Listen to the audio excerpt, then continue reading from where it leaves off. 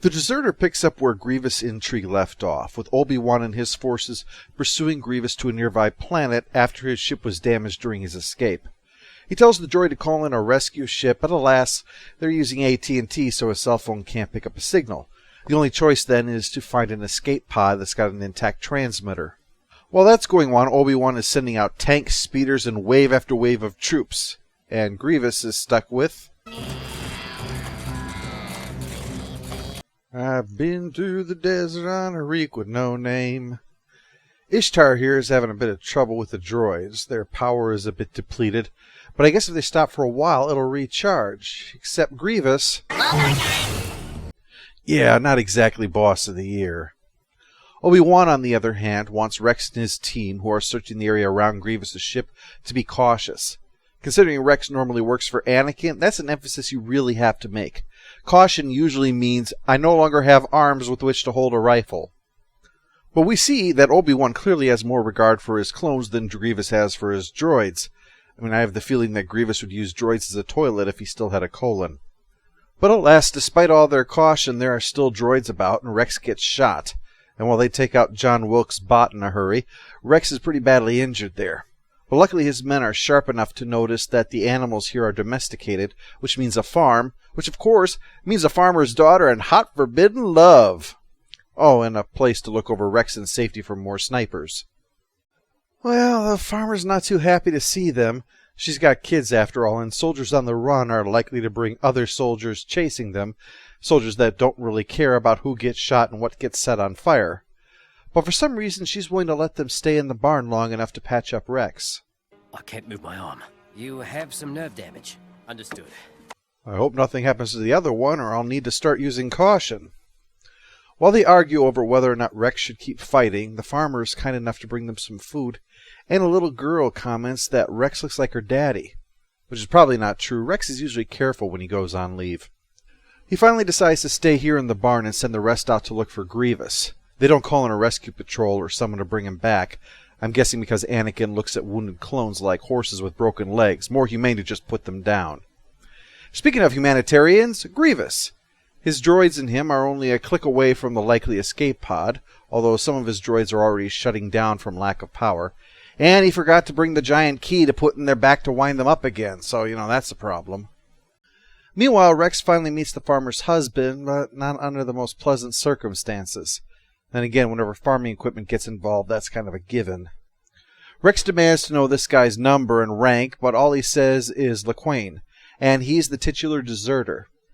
Except it's hard to hold it against him when the kids come running in excited that he's there. Yeah, the reason for the little girl's remark, and probably the reason the farmer has been so accommodating, is because Laquain is her husband now. Between her generosity and the kid's precociousness, this whole, "you're a traitor to all that is good in the galaxy," it starts to feel a little awkward.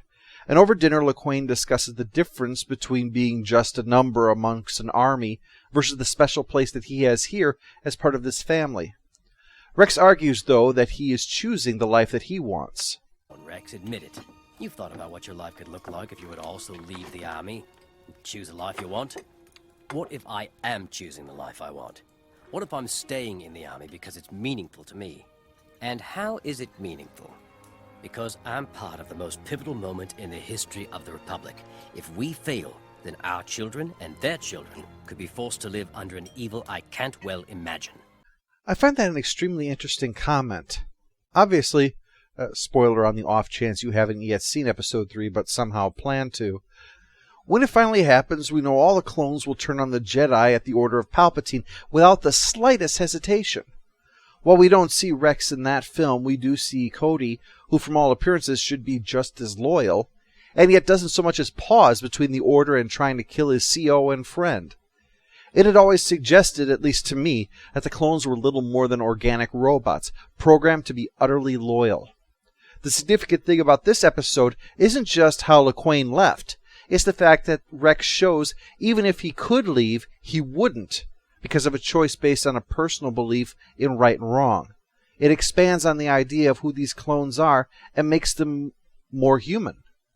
Meanwhile, the pursuit for the most dangerous adversary they face in this war, short of Sidious himself, General Grievous, has reached the escape pod and is trying to leave the planet to continue his plan to destroy the Republic, kill billions of innocent people, and wipe out the Jedi. Well, enough of the B-plot. Let's get back to Rex and Lquain.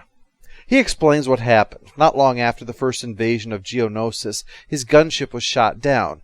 And as the survivors were being massacred, he ran, having no means to fight them off and no wish to die pointlessly.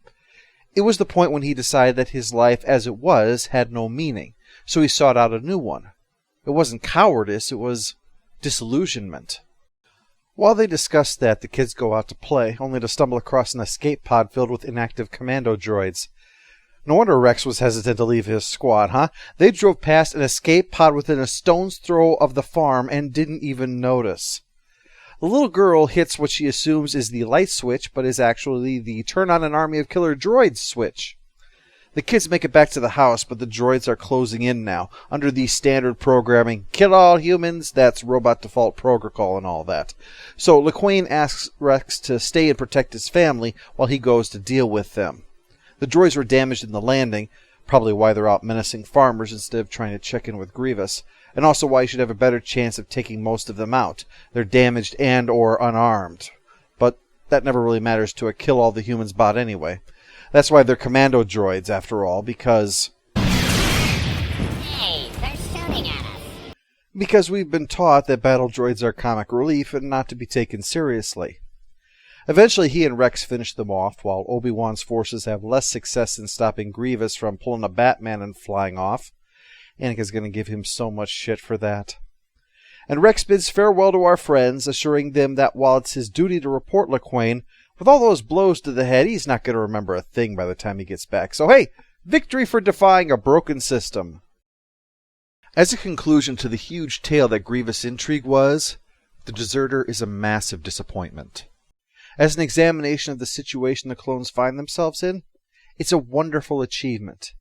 While we easily see how the plots come together, it feels more like this should have been the middle part of a trilogy of episodes, because pushing aside the chase plot is fine for a while, but pushing aside the conclusion of it as well makes it ultimately unsatisfying.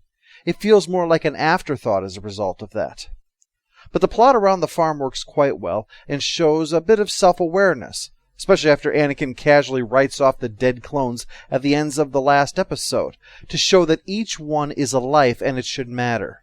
And the discussion between the two shows that they are capable of making up their own minds on things, but it doesn't get too heavy.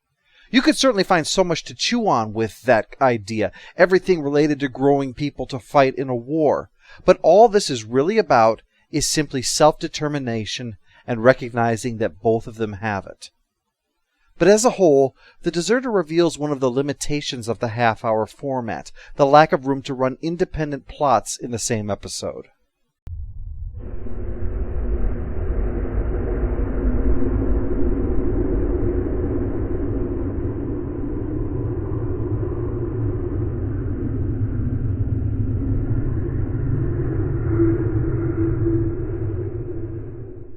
All hail the Overlord! All hail the Overlord! Any more complaints? No, I don't think so. That's what I thought.